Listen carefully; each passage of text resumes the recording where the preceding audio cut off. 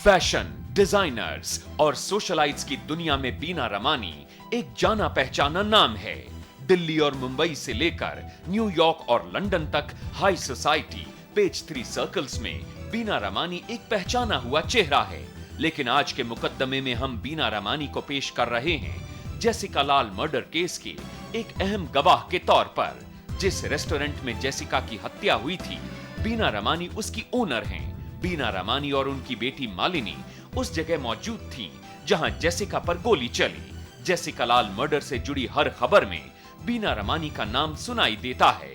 आज आपकी अदालत में बीना रमानी से इसी केस से जुड़े हर सवाल पर सफाई मांगी जाएगी। तो मुकदमा शुरू होता है। आपकी अदालत में पहला इल्जाम बीना रमानी। आपकी अदालत में बीना रमानी पर इल्जाम है कि इन्होंने कानून का आदर नहीं किया। बीना, आपको याद है 7 साल पहले 30 अप्रैल की वो काली रात जब जेसिका लाल का मर्डर हुआ था आपके रेस्टोरेंट में, और ये बात सही है कि दिल्ली के बहुत बड़े बड़े लोग उस पार्टी में मौजूद थे? ये बात सही है, हमेशा ही होते थे। आप हमेशा पार्टियां देती थी और हमेशा बड़े बड़े लोग होते थे? उस शाम को मैंने पार्टी दी थी मेरे हस्बैंड के लिए, वो जा रहे थे उस कनाडा 3-4 महीने के लिए। तो हमने अपने जितने भी नज़दीक फ्रेंड्स थे करीब 70-80 को बुलाए थे, और मालिनी की भी अपनी पार्टी हो रही थी उसी टाइम पे। वो पार्टी जिस रेस्टोरेंट में हो रही थी वो गैर कानूनी था। उस रेस्टोरेंट में आपको लिकर सर्व करने की, शराब सर्व करने की परमिशन नहीं थी? ये बात भी सही है। हम लोग को रेस्टोरेंट ईटिंग प्लेस का लाइसेंस था बहुत टाइम से, और लिकर लाइसेंस मिलने में हमें बहुत दिक्कतें हो रही थी। वो हमें डिलेज देते जा रहे थे, मिल नहीं रहे थे आसान से। ये दिल में कानून के लिए रेस्पेक्ट नहीं थी कि आप बगैर लाइसेंस के, बगैर एक्साइज क्लियरेंस के आपने वहाँ लिकर सर्व किया? इसकी हम लोग ने बहुत बड़ी we paid a very heavy price for it. We pleaded in court according to the law. We paid the fine, but more than that, our restaurant, our business has come to a standstill. All our tenants in the building were driven out. We have paid a very heavy price for that, much more than any other restaurant without a license has paid. There have been restaurants all across the nation that have operated without license, and they pay a fine and they get away and continue. Why were we treated and singled out so badly? लेकिन मैं अगर उस रात की बात करूं, जो कीमत जेसिका लाल को देनी पड़ी, उस रात को 11 बजे के बाद भी वहां पर लिकर सर्व होती रही? नहीं, बल्कि 11 साढ़े 11 तक ख़त्म हो गया था। The party was over because the food and the liquor was over. Jessica Lal पर गोली इसलिए चलाई गई क्योंकि एक आदमी और शराब पीना चाहता था और लिकर चाहता था, उन्होंने मना किया? बिल्कुल, इस वजह से, क्योंकि कुछ था ही नहीं वहाँ, और he came and demanded over and over to have liquor, and my daughter said, sorry, there is nothing, it's over, it's finished. We have to respect the judiciary and sub judice, so I can't speak about that here in public, but I think whatever you all have read in the press about that is all true, that yes, he asked for a drink, he was refused a drink. बीना, आप बता सकती हैं कि उस काली रात को जब Jessica का मर्डर हुआ, क्या हुआ था? करीब 1:45 या 2 बजे थे, और मैं यही चाह रही थी कि जो अंदर का हमारा रेस्टोरेंट है वो जल्दी से साफ़ हो जाए, बल्कि पूरी जगह साफ़ करने का टाइम हो गया था क्योंकि स्टाफ को घर जाना होता है। तो मैं देख रही थी कि उस अंदर वाले रेस्टोरेंट में कुछ लोग थे, और दूर से मैं देख रही थी। मैंने कहा मैं जाऊं, जाके उनको बोलूं, तो उस वक्त मालिनी भागती आई वहाँ से कि मम्मी वहाँ मत जाना, वहाँ बुरे लोग हैं और मेरे से बुरी बात कर रहे हैं। तो बल्कि मैं ये इसीलिए ही जा रही हूँ उनको निकालने के लिए। तो वो तो बाहर चली गई। जब तक मैं अंदर पहुँची, स्टेप्स तक ही पहुँची, तो मैंने एक आवाज़ सुनी शॉट की। मैंने सोचा कुछ बलून पॉप हो रहा है, बलून्स वगैरह लगे थे। तो फिर एक और स्टेप हुआ, फिर एक और शॉट मैंने सुना, और गन शॉट थे जी।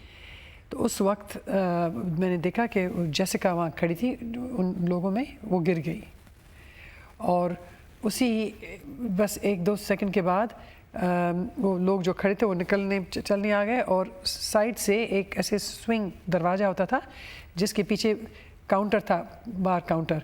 तो वो स्विंग दरवाज़ा खुला और वहाँ से निकला यही लड़का जिसका तब मैं नाम नहीं जानती थी, जो नाम जिसका अभी मनु शर्मा है, और मेरा इलेक्ट्रिशियन था। और वो इलेक्ट्रिशियन बोलने लगा इसने शूट किया, और वहाँ से भी बाहर वाले लड़के थे, उनमें से एक शायन मुंशी ने कहा इसने शूट किया, इसने शूट। और मैंने शायन को कहा जल्दी भागो, पुलिस को बुलाओ और सबको कहो कि अपने सेल फ़ोन पे बुलाना शुरू कर दें। और मैंने इसको रोक लिया, इस लड़के को, वाइट टी शर्ट और ब्लू जीन्स में था, और बाकी सब ऐसे गुजरते चले गए और मेरे पीछे था डोर। तो मैं इस तरफ जा रही, वो जैसे निकलने की कोशिश कर, मैं उसके रास्ते में आ रही थी, यहाँ जाए वहाँ जाएगा, मैं उसको रोकने की कोशिश में करीब ये भी सोच रही हूँ शायद कोई आके जल्दी से कोई और उसको पकड़ ले। और मैं ये उसको कह रही हूँ तुमने क्यों शूट किया, तुम्हारे जेब में गन है, लाओ, तुम्हारा नाम क्या है? वो कह रहे हैं मैंने नहीं किया। मैंने कहा वो सब कह रहे हैं तुम्हारी तरफ कि तुमने इसने किया, इसने किया। वो कह रहे मैंने नहीं किया। और फिर थोड़ी देर के बाद मुझे ऐसे धक्का मार के वो भागा, तो मैं भी उसके पीछे भागी। भागते हुए मैं सब कुछ चला रही थी, जल्दी से जल्दी, जिन जिनके पास सेल फोन्स हैं फ़ोन करते चलो, एम्बुलेंस, हॉस्पिटल्स, उनको मैं ये भी बोलती गई, एक सीताराम भरतिया नज़दीक है और अशोक नज़दीक है, जो बत्रा नज़दीक है, तीनों को करते चलो। मैं गई उनके पीछे भागी और गेट तक बाहर पहुंची, करीब 80-90 मीटर दूर। वहाँ मेन गेट पे मेरे हस्बैंड खड़े थे, तो उनको मैंने कहा कि ये है लड़का जिसने जेसिका को शूट किया, जल्दी इनके पीछे जाओ, देखो कहाँ भाग रहा है और गाड़ी का नंबर ले लो। और फिर मुझे बाद में पता चला कि मेरे हस्बैंड के पीछे गए, 2 किलोमीटर भागे और पुलिस स्टेशन में भी पहुँच गए उस वक्त, और वो रास्ते में गायब हो गया। मैं जब तक वापस आई वहाँ, तो दो लड़के हमारे वेटर्स ने जेसिका को उठाकर टेबल क्लॉथ में रैप करके बाहर आ रहे थे। और उस वक्त मुझे रोहित बाल के फ़ोन पे बोला कि ये अशोक से कांटेक्ट हो गया और वहाँ डॉक्टर आलोक चोपड़ा है। तो मैंने झट से उसे फ़ोन लेकर ये कहा कि जल्दी से अपना स्ट्रेचर बाहर रखना स्ट्रीट पे, 10-15 मिनट में पहुँच जाएंगे। बिना एक बड़ी बात यह है कि 139 विटनेसेस थे, इसमें वो लोग भी थे जिन्होंने आपको ये बताया कि यही लोग हैं। आपने शैन मुंशी का नाम लिया, आपने एक वहाँ रेस्टोरेंट में काम करने वाले व्यक्ति का नाम लिया, लेकिन ये सब लोग अगर अदालत में गवाही दे देते तो शायद जो एक्यूज्ड है वो पकड़ा जाता, ज़रूर उसको सज़ा हो जाती। ज़रूर।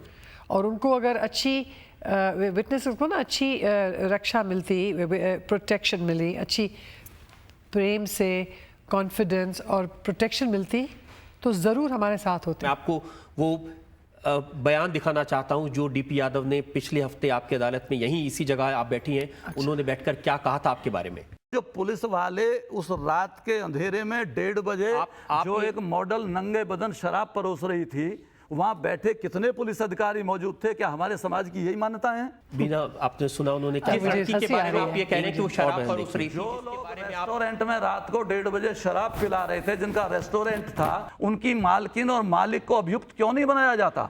क्यों उनसे नहीं पूछा जाता? वो लड़की वहां पर कुछ भी कर रही थी, उसकी हत्या करने का अधिकार किसने दिया? बीना रमानी ने स्टेटमेंट दिया, मनु शर्मा सामने खड़ा था, he is not that person. Malini Ramani जो रेस्टोरेंट की मालिक है। डीपी यादव ने खुलेआम ये इल्जाम लगाया, सब लोगों के सामने ये कहा कि किस तरह से वहां शराब परोसी जा रही थी। उन्होंने ऐसे शब्दों का इस्तेमाल किया जेसिका लाल के बारे में, और उन्होंने कहा कि आपसे इस बारे में सफाई मांगी जाए। ये बिल्कुल ही गलत बात बता रहे हैं। He wasn't there. People like that don't enter our places like ours. We had हमारी जो रेस्टोरेंट थी वो दिल्ली में, in India it was the most respectable place. We had that night India's top business community from CII.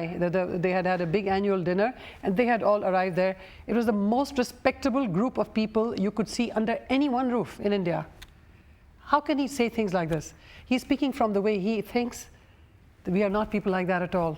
It was a very respectable place. Every person who ever entered that place will totally जो इन्होंने Jessica के बारे में कहा, I mean, I'm embarrassed. I'm shocked how he's talking like that. She was a very respectable girl, and how dare he talk about somebody who gave her life 7 years ago? We are heartbroken, giving our lives to get justice, and how can he use such bad language? I find that very offensive. I'm sorry. It's not our. We are people of integrity. I find that kind of language very difficult to address. बिना ये सच नहीं है कि आप एक restaurant चला रही थी जिसमें आपका लिकर लाइसेंस नहीं था, कानून आपने तोड़े थे, जिस तरह की पार्टियां वहाँ होती थी, अगर लोग नाराज नहीं होंगे आपसे तो क्या होगा? नहीं, ये देखिए, हमने उसकी पेनल्टी जो देनी थी, we went to court, paid our dues. हमारी इतनी बड़ी सज़ा और भी भोग ली कि हमारा सब कुछ बंद हो गया। पर ये भी क्या कानून होता है कि अगर हमारे यहाँ पार्टी हो रही थी, whether the rich and famous people were there, और कोई ऐसे, इसका मतलब है कोई भी आके पिस्टल लेके किसी को खून कर सकता है, और क्योंकि हमारा रेस्टोरेंट है, हमारे ऊपर इल्ज़ाम आ जाए, ये भी कोई कानून होता है? हमारे लिए कितनी मुश्किलें आ गई इस वजह से। किसी के घर में भी ये हो सकती थी, किसी के फार्म हाउस, किसी रेस्टोरेंट में भी हो सकती। उनके साथ ये हुए हालात जो हमारे साथ हुई हैं। आप बताइए, हमारे लिए हमने किसी भी अपने इंडिया में आजकल कितनी जगहों पे रिच एंड फेमस की पार्टियां होती हैं, यही आगे बढ़ रही है अपनी।